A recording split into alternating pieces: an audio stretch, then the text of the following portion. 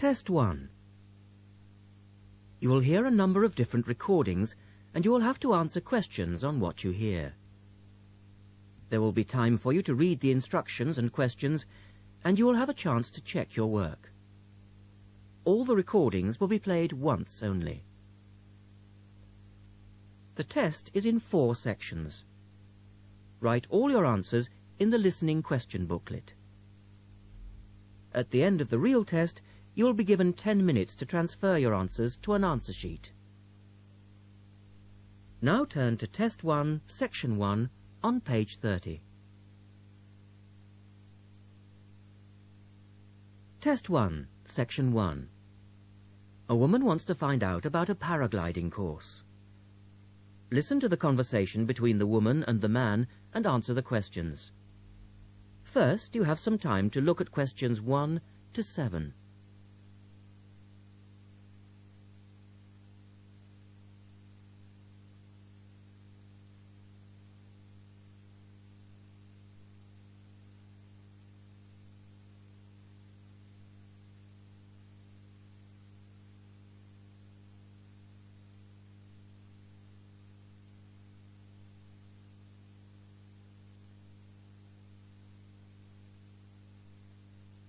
You will see that there is an example which has been done for you. On this occasion only, the conversation relating to this will be played twice.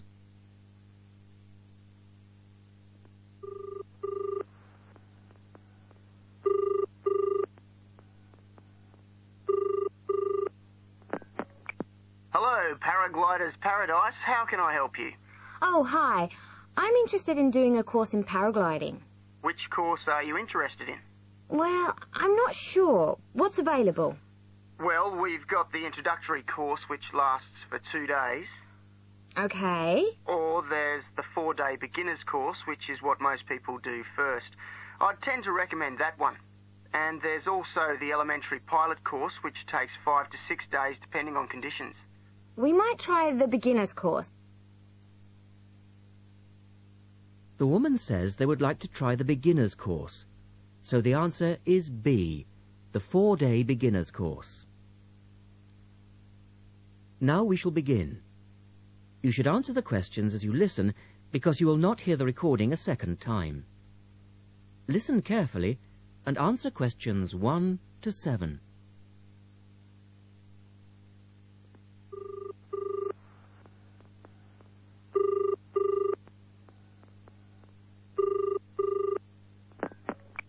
Hello, Paragliders Paradise. How can I help you? Oh, hi. I'm interested in doing a course in paragliding. Which course are you interested in? Well, I'm not sure. What's available? Well, we've got the introductory course, which lasts for 2 days. Okay. Or there's the 4-day beginner's course, which is what most people do first. I'd tend to recommend that one. And there's also the elementary pilot course, which takes 5 to 6 days, depending on conditions. We might try the beginner's course. What sort of prices are we looking at? The introductory is $190. The beginner's course, which is probably what you'd be looking at, is $320. No, sorry, $330. It's just gone up. And the pilot course is $430. Right. And you also have to become a member of our club so that you're insured. That'll cost you $12 a day. Everyone has to take out insurance, you see. Does that cover me if I break a leg? No, I'm afraid not. It's only third party and covers you against damage to other people or their belongings, but not theft or injury. You would need to take out your own personal accident insurance. I see. And what's the best way to get to your place? By public transport, or could we come by bike? We're pretty keen cyclists. It's difficult by public transport, though there is a bus from Newcastle. Most people get here by car, though, because we're a little off the beaten track. But you could ride here, okay? I'll send you a map. Just let me take down a few details. What's your name? Maria Gentle. And your address, Maria? Well, I'm a student staying with a family in Newcastle. So it's care of... Care of Mr. and Mrs. McDonald. Like the hamburgers? Yes, exactly. McDonald. The post office box address is probably best. It's P.O. Box 676, Newcastle. Is there a fax number there? Because I could fax you the information. Yes, actually there is. It's 0249, that's for Newcastle, and then 775431. Okay, now if you decide to do one of our courses, you'll need to book in advance and to pay when you book. How would you be paying? By credit card, if that's okay. Do you take Visa? Yes, fine. We take all major cards, including Visa. Okay then. Thanks very much. The girl is telling her friend about the course. Look at questions 8 to 10.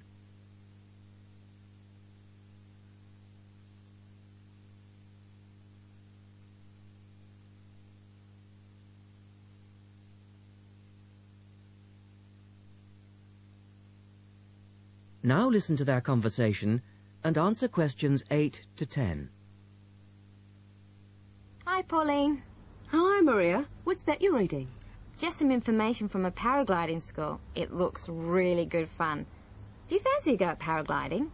Sure. Do you have to buy lots of equipment and stuff? Not really.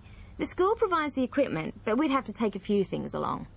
Such as? Well, it says here, clothes, wear stout boots, so no sneakers or sandals, I suppose, and clothes suitable for an active day in the hills. Preferably a long-sleeve T-shirt. That's probably in case you land in the stinging nettles. It also says we should bring a packed lunch. We do not recommend soft drinks or flasks of coffee. Water is really the best thing to drink. We need to bring suntan lotion and something to protect your head from the sun. Okay, that sounds reasonable.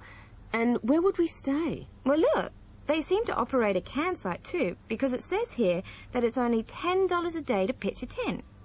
That'd be fine, wouldn't it? And that way we'd save quite a bit, because even a cheap hotel would cost money. Or perhaps we could stay in a bed and breakfast nearby. It gives a couple of names here we could ring. I think I might prefer that. Hotels and youth hostels would all be miles away from the farm, and I don't fancy a caravan. No, I agree. But let's take a tent and pray for good weather. Okay, let's do it. What about next weekend? No, I can't. I'm going on a geography field trip. And then it's the weekend before the exams, and I really do need to study. Okay then, let's make it the one after the exams. Fine. We'll need a break by then. Can you ring and let me know if you can find out some...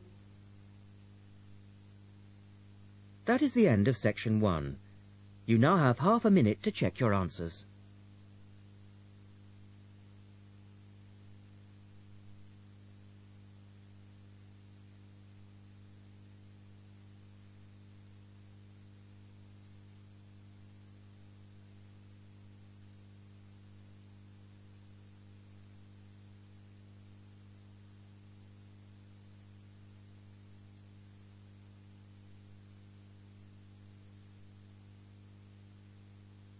Now turn to section 2 on page 32.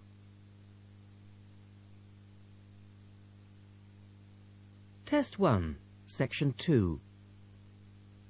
You will hear a reporter talking on the radio about old racing cars.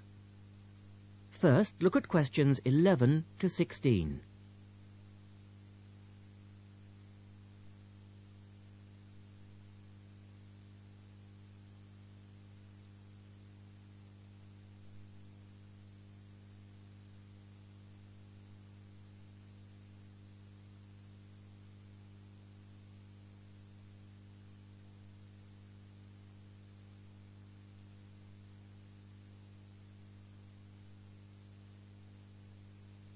As you listen to the first part of the talk, answer questions 11 to 16. The Goodwood Museum is currently celebrating some of the most extravagant types of car design in its Festival of Speed. Here's our reporter, Vincent Freed, who's on site to tell us about some of the cars on display. Well, here I am, standing in front of one of the most prestigious cars ever built, the Duesenberg. a fantastically expensive, luxurious car built in the early part of the 20th century and bearing all the glamorous qualities of the Jazz Age. How many were there? Well, only 473 Duesenberg J-types were ever built, and the model here is one of the rarest. Each had a short 125-inch chassis or framework, and the body was always in the form of an open two-seater. The technology behind the car's 6.9-litre engine was extraordinary. It featured capsules of mercury in the engines to absorb vibration and provide an incredibly smooth ride.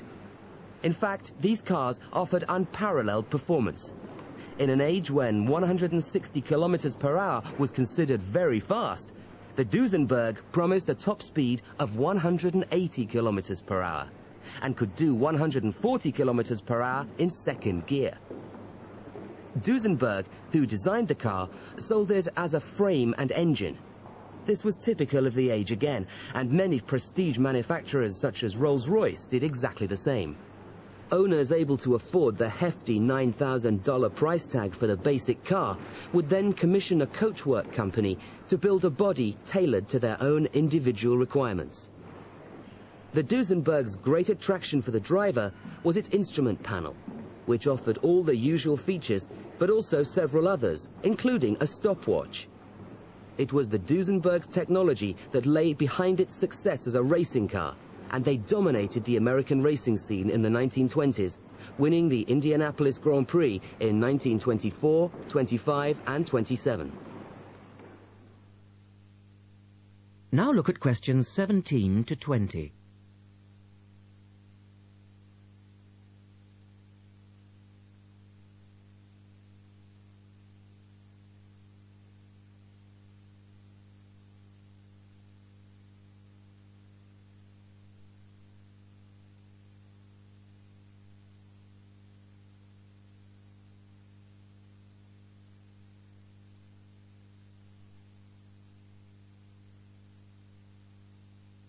As the talk continues, answer questions 17 to 20.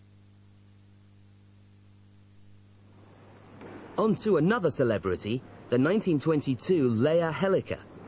Only 30 of these French propeller cars were built, and the model here at Goodwood, which was the fourth to be made, is thought to be the only surviving example still capable of running. The brains behind this car was Marcel Leia, who was an aviation pioneer first and foremost, and the influence of flying is quite apparent in the car. The Leia very strongly resembles a light aircraft with its front propeller, but in this case, it's minus any wings, of course. It's quite odd to think that this car was whirring through France just as the Duesenberg was blasting down roads at 160 kilometers per hour across the Atlantic. The Leias were used regularly in France in the 1920s and were even produced in saloon and van form, as well as two-seater. The Leia matched its propeller drive with its equally bizarre steering, which used the rear rather than the front wheels. But despite looking rather frail, it was a tough machine.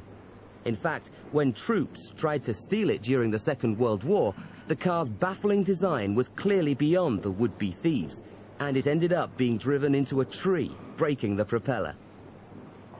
And now for the Firebird. This extraordinary car was... That is the end of section 2. You now have half a minute to check your answers.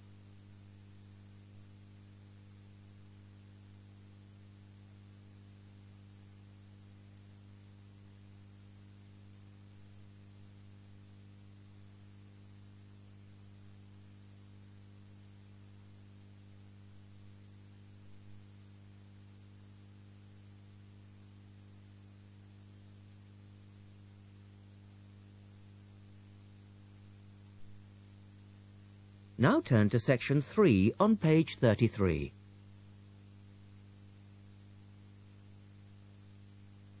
Test 1, section 3. In this section, you will hear a discussion between two students, Rosie and Mike, and a university tutor. In the first part of the discussion, they're talking about a survey they have conducted on local entertainment. First, look at questions 21 to 26.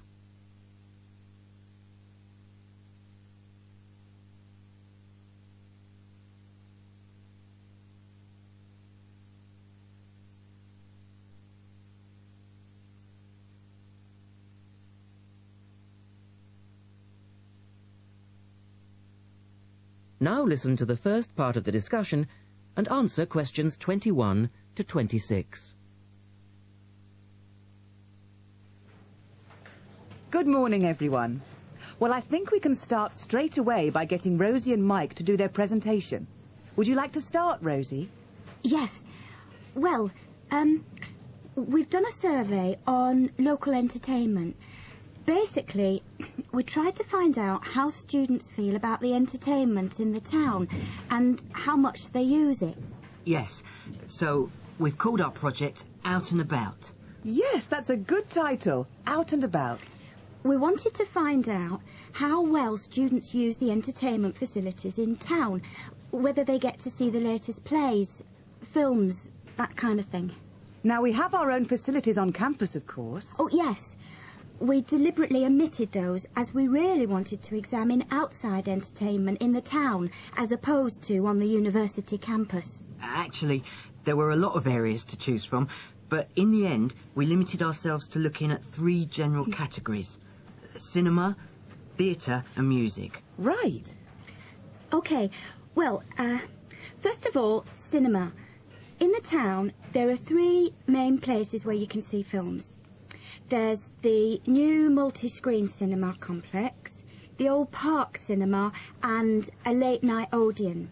So, if you look at this chart, in terms of audience size, the multi-screen complex accounts for 75% of all cinema seats. The park cinema accounts for 20% of seats, and the late-night Odeon has just 5% of seats. As you probably know, the complex and the park show all the latest films, while the late-night cinema tends to show cult films. So, when we interviewed the students, we thought the complex would be the most popular choice of cinema, but surprisingly, it was the late-night Odeon. Yeah, and most students said that if they wanted to see a new film, they waited for it to show at the park, because the complex is more expensive and further out of town, so you have to pay more to get there as well. Yes, and that adds to the cost, of course, and detracts from the popularity, evidently. Well, next, we looked at theatres. The results here were interesting because, as you know, there's a theatre on campus, which is popular, but there's also the Stage Theatre in town, which is very old and architecturally quite beautiful. And there's the large modern theatre, the Ashtop, that has recently been built. So you just looked at the 2 theatres in town? Yes, but the thing about the theatres is that there's a whole variety of seat prices. Also, the types of performance vary, so students tend to buy seats at both and like using both for different reasons. And if they want cheap seats at the Ashtop, they can just sit further from the front. What we did find that was very interesting is that there are periods during the year when students seem to go to the theatre and periods when they go to the cinema. And we really think that's to do with budget. If you look at this graph, you can see that there's a peak around November, December when they go to the theatre more, and then a period in April, May when neither is particularly popular. And then theatre viewing seems to trail off virtually, while the cinema becomes quite popular in June, July. I think you're probably right about your conclusions. In the second part of the discussion, Rosie and Mike talk about different music clubs. Look at questions 27 to 30 first.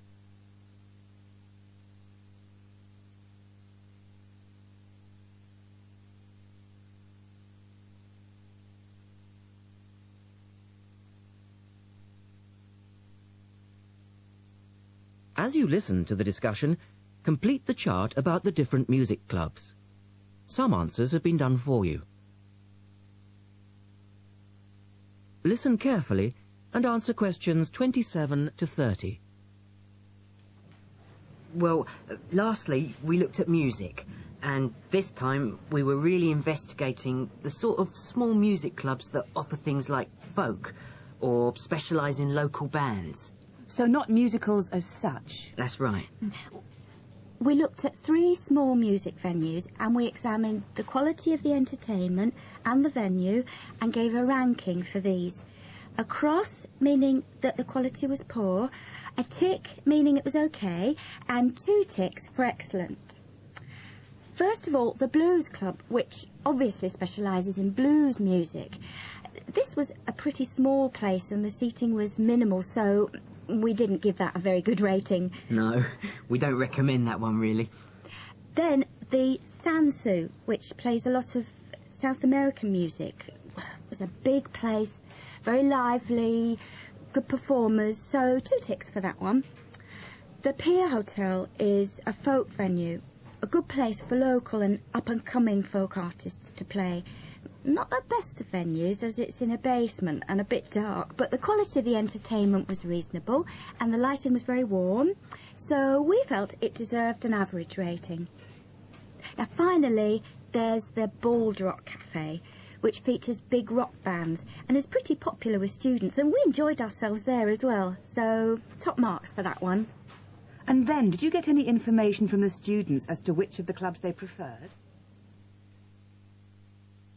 That is the end of section 3. You now have half a minute to check your answers.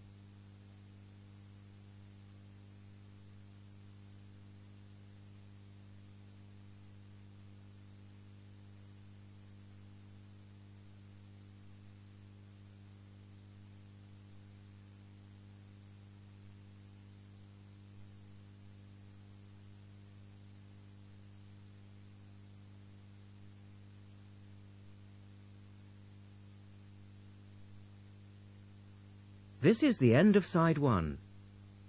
The test continues on side 2.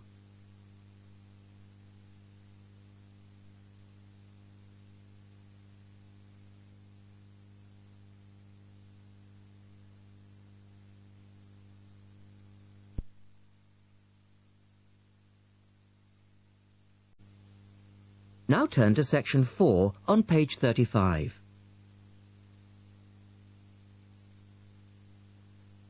Test 1, Section 4. You will hear a lecturer talking about dust storms. First, you have some time to look at questions 31 to 36.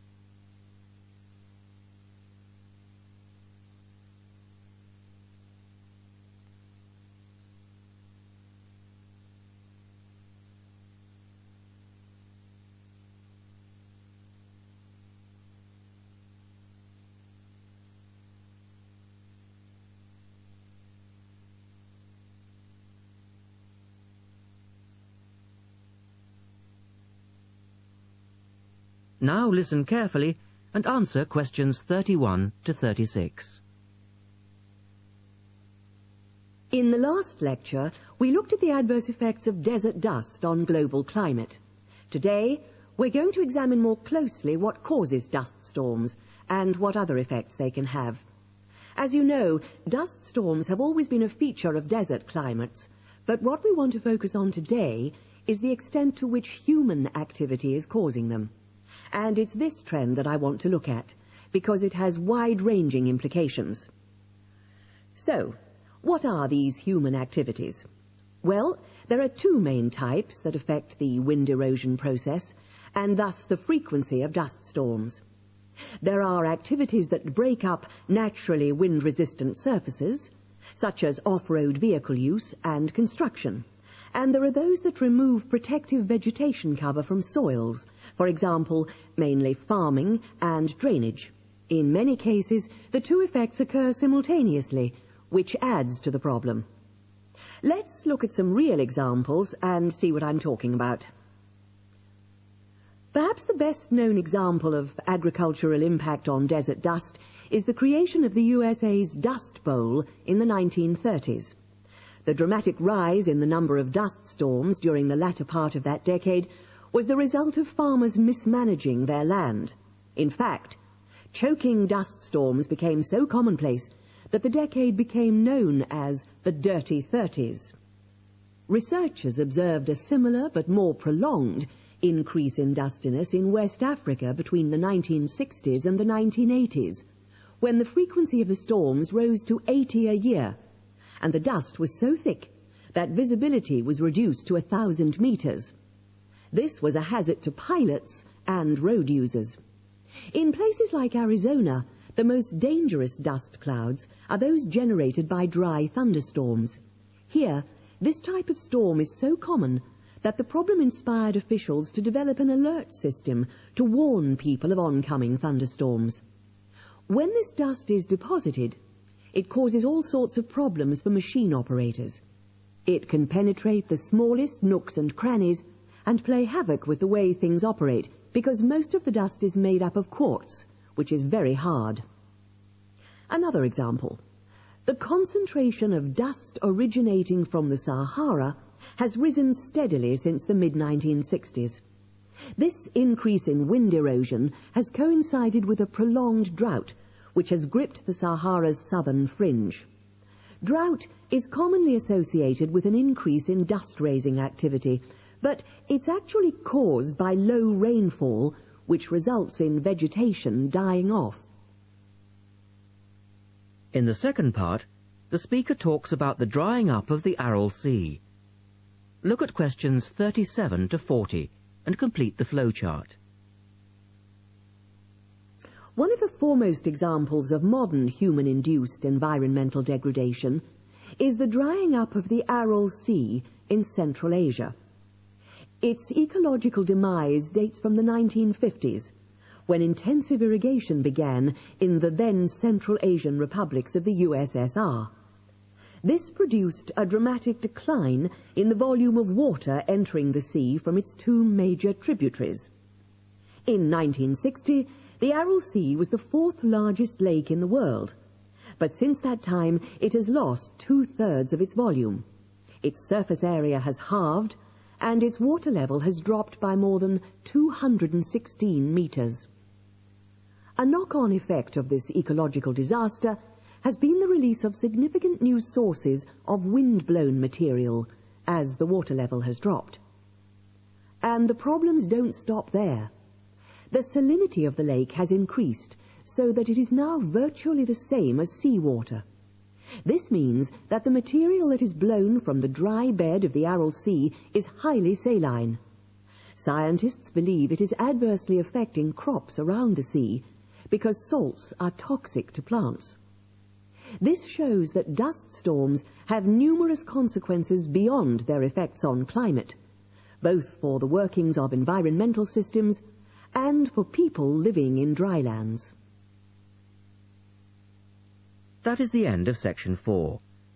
You now have half a minute to check your answers.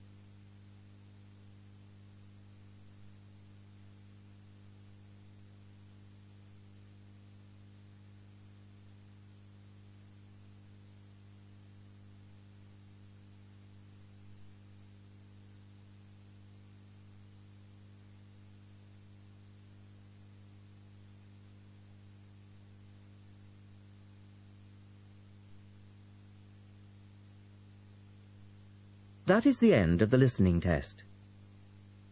At the end of the real test, you will have 10 minutes to transfer your answers to the listening answer sheet.